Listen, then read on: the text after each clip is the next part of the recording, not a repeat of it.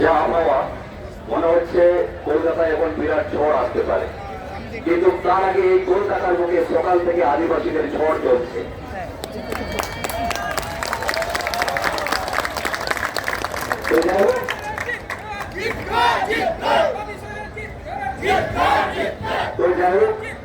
সর্বপ্রথমে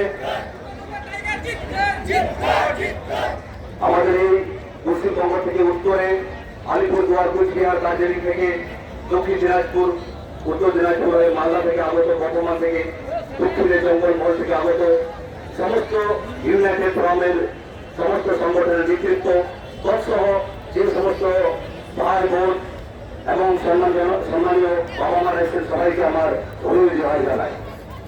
তো যাই হোক, লড়াইয়ের ময়দানে লড়াই থেকে বক্তব্যের ময়দানে বক্তব্য দেওয়া খুব কঠিন। আমার অনেক আগে নাম ছিল, ফলে খুব দূরে দূরে করছে বলে পিছনে পড়েছিলাম, কিন্তু ভাবলাম না কিছু তো বলতেই হবে। তো আজকে আমাদের যে মূল বিষয়, অনেকেই হয়তো আমাদের কলকাতার বুকে ভাবছেন যে এত আদিবাসীদের ঝড় কেন। তো সর্বপ্রথম যে সমস্যাটা হচ্ছে জাতি চুরি। আপনারা আমাদের রাজ্যে আমাদের দেশে শুনেছেন যে টাকা চুরি, কয়লা চুরি, চাকরি চুরি এবং বিভিন্ন রকম চুরি, কিন্তু জাতি চুরির হয়তো কনসেপ্টটা কেউ নতুন ধারণা নেই। তো আমাদের যারা এখানে উপস্থিত হয়েছেন, আমাদের সমাজের মানুষ তো বটেই, এখানকার জনসাধারণ এবং তৎস আমাদের পশ্চিমবঙ্গের সমস্ত আমাদের রাজ্যবাসীদের একটু জানাতে চাই যে জাতি চুরি কাকে বলে। তো আপনারা জানেন যে আমাদেরকে আপনারা আদিবাসী বলেন, আমাদের সরলতা, আমাদের বিভিন্ন বিষয়ে আপনারা প্রশংসা করেন যে আমরা এই দেশের আদিম অধিবাসী বলে আপনারা আমাদের আদিবাসী বলেন। তো ভারতের স্বাধীন হওয়ার পর থেকে আমাদের দেশকে সামনের সারিতে নিয়ে আসার জন্য আমাদের এখানে সংরক্ষিত ব্যবস্থা করা হয়েছিল। যে রবীন্দ্রনাথ ঠাকুরের যে উক্তি আছে, যাকে তুমি পশ্চাতে ফেলে দেশে তোলাকে পশ্চাতে টানিবে, যাতে আমাদের দেশের সর্বশ্রেণীর মানুষ সামনের সারিতে আসতে পারে, যাতে আমাদের দেশের জিডিপি, আমাদের দেশের শিক্ষা, আমাদের দেশের স্বাস্থ্য, আমাদের দেশের বিভিন্ন বিষয়ে আমাদের দেশের প্রত্যেকটা মানুষের যাতে যোগদান থেকে আমরা দেশের এই পৃথিবীতে যাতে আমরা সুপার পাওয়ার হতে পারি, সেই জন্য সংরক্ষণ ব্যবস্থা করা হয়েছিল। কিন্তু ভাগ্য লাগে 2005 যে তথ্য জানার অধিকার আইন আসার পর থেকে আমরা ধীরে ধীরে জানতে পারছি, বা আধুনিক যুগে যে ইন্টারনেট আসার পর থেকে, যে 1947 থেকে কতটা জাতি চুরি হয়েছে। কিছুক্ষণ আগে আমাদের এখানে পূর্ববর্তী বক্তব্য বলেছিলেন যে আমাদের রাজ্যে 6% সংরক্ষণ আছে এবং আমাদের রাজ্যে 7.5%, কিন্তু বাস্তব কথা বলে দিই, এই কোনোদিনও স্বাধীনতার পর থেকে 6% সংরক্ষণ আমরা পাইনি, আমরা মাত্র 2% থেকে 1.5% পেয়েছি। আপনাদের উদাহরণ স্বরূপে বলতে পারি, আপনারা কিছুদিন আগে যে কলেজ সার্ভিস কমিশনের যে মেরিট মেডেল বেরিয়েছে, আপনারা সেখানে দেখবেন টোটালি যে রেজাল্ট বেরিয়েছে সেখানে 6 বা 8 নম্বরে আছে এমডি মোহাম্মদ হোসেন, এবং ইতিহাসের যে প্যানেল আছে সেখানে দেখবেন 12 নম্বরে মিঠুন দাস, স্বপ্না রায়, দীপিকা রয়, এরকম বিভিন্ন জন আছেন। যে ইতিহাসের কাউন্সিলিং ছিল সেখানে আমিও সেখানে উপস্থিত ছিলাম, যেখানে সিএসসির ভবনে। সেখানে কি বলেছিল, যেখানে মিঠুন দাস ছিল তাকে স্পটে তাকে বাতিল করে দেয়। আমি সেখানে ব্যক্তিগতভাবে ক্যান্ডিডেট হিসাবে সেখানে অভিযোগ জানিয়েছিলাম এবং মাঝি পারগানা মহলের প্রভাবযোগ্য পারগানা হিসাবে আমি সেখানে অভিযোগ জানিয়েছিলাম। তো ওনারা বলছেন যে মিঠুন দাস তাকে ভাবে সেখানে সে সুযোগ পেয়েছে। তাহলে আমার প্রশ্ন হচ্ছে, যখন ইন্টারভিউ হয়েছিল তখন তো সমস্ত অভিযোগ আর ডকুমেন্ট চেক হয়েছিল, তখন তাহলে তাকে বাদ দেওয়া হয়নি কেন? তার মানে আমরা যদি প্রতিবাদ না করতাম, আমরা যদি সেখানে আমাদের দাবি দেওয়া না করতাম, সে বাদ যেত না। আমরা শুধু এতদিন পুলিশ, প্রাইমারি, হাই স্কুলের বিভিন্ন দপ্তরগুলো দেখেছি। আপনারা যখন উপর লেভেলে যাবেন, ডব্লিউবিসিএস, সিএসসি বা ল বিভাগের বিভিন্ন রকমের চুরি হচ্ছে। তো আমি একটা যে প্রথমে বলে দিতে চাই যে জাতি চুরি মানে শুধু চাকরি বাকরি চুরি নয়। আমাদের পশ্চিমবঙ্গের আদিবাসীদের সবচেয়ে বড় সমস্যা হচ্ছে জমির সমস্যা।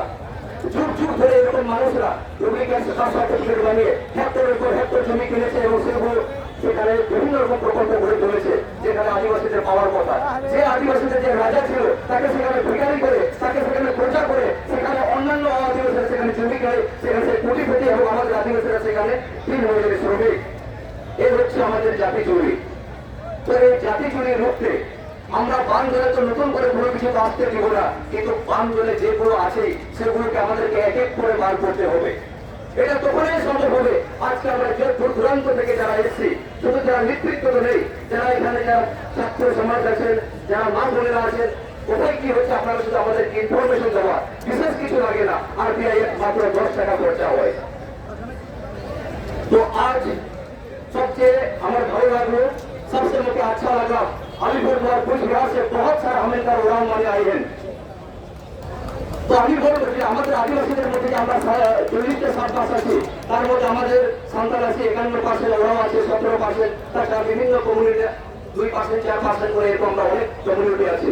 কিন্তু আমাদের প্রত্যেকটা একটা হাতের মতো আমাদেরকে শক্ত হতে হবে।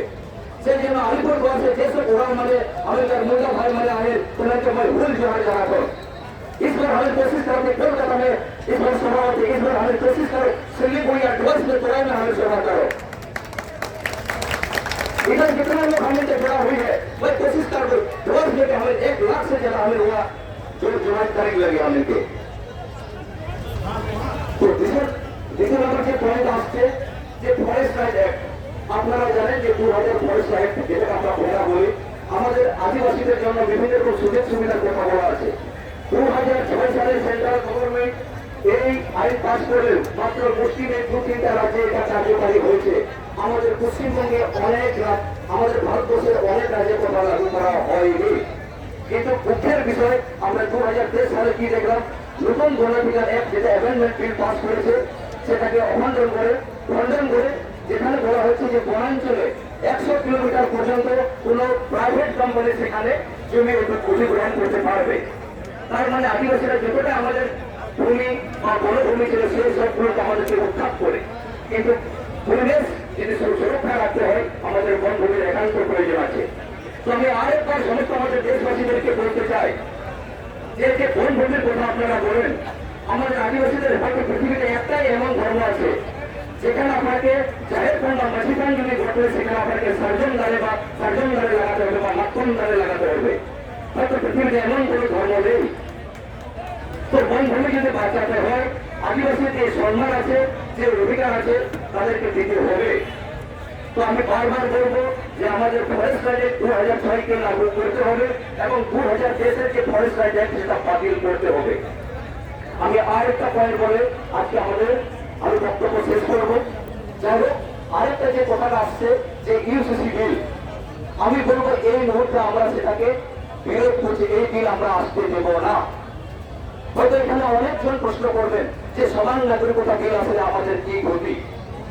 তো বলি দাদা, এতদিন থেকে হলো যখন আমাদের দেশের কোন ছেলে সেনাবাহিনীতে যোগ দেয় 17-18 বছর বয়সে, জীবনের 42টা বছর যখন চাকরি করে কোনো ট্রাভেলিতে, যখন সে রিটায়ার হয় সে কোনো পেনশন পায় না, তাকে এককালীন ভাতা দেওয়া হয়।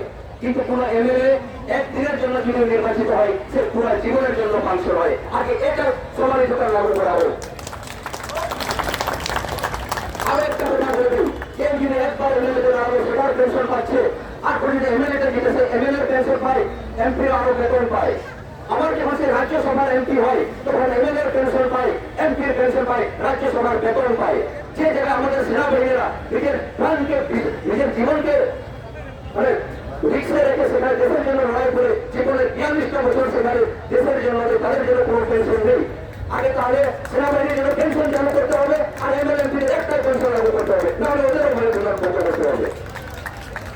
আগে এর সিস্টেম এর সমালোচনা আগে আনা হোক, তারপর যে ইউসিসির বিল কথা বলা হচ্ছে। আর এই জন্যই আপনারা জানেন যে কিছুদিন আগে মিটিং ডায়েরি করেছিলাম যে এমএলএ এমপিদের জন্য যারা হারিয়ে গেছে তাদেরকে আমরা খুঁজে পাচ্ছি না। আপনারা জানেন এখন আমাদের দেশে আগে কি হতো, সুইপারের চাকরি করতে গেলে 4 পাস হতে হতো, সেনাবাহিনীতে যেতে গেলে 4 পাস হতে হতো। এখন কি করতে হয়, একটা সুইপারের চাকরি করতে গেলেও আপনাকে মাধ্যমিক পাস করতে হবে, আপনার সাথে মাত্র কোনো কম্পিউটার সার্টিফিকেট লাগবে আর 2 বছরের অভিজ্ঞতা লাগবে। কিন্তু সেই জায়গায় কোন যদি এমএলএ এমপিদের বাড়ানোর জন্য কোন শিক্ষাগত যোগ্যতা নেই, আপনি আঙুল ছাপ হলেও আপনি সেখানে বাড়াতে পারবেন। তাহলে এমএলএ এমপিদের জন্য আগে শিক্ষাগত যোগ্যতা বাধ্যতামূলক করতে হবে, এই সমালোচনা আগে আনতে হবে, তারপর ইউসিসি গুলোর কথা বলা হবে। তো যাই হোক, আমাদের এখানে অনেক বয়োজ্যেষ্ঠ বক্তাগণ আছেন, আমি ঘেমে গেছি। আমি সবচেয়ে বিষয় কি হয়, মুভমেন্ট করতে সব সুবিধা হয়, কাজ করতে সুবিধা হয়, কিন্তু ওই বক্তব্য রাখতে খুব সমস্যায় পড়ি। তো আমি একটা স্লোগান দিয়ে আমাদের আমি বক্তব্য শেষ করবো। তো আমি একটা স্লোগান দিব, আপনারা সাথে সাথে দিলে আমাদের ভালো হবে। এই ব্রেক স্ট্রিট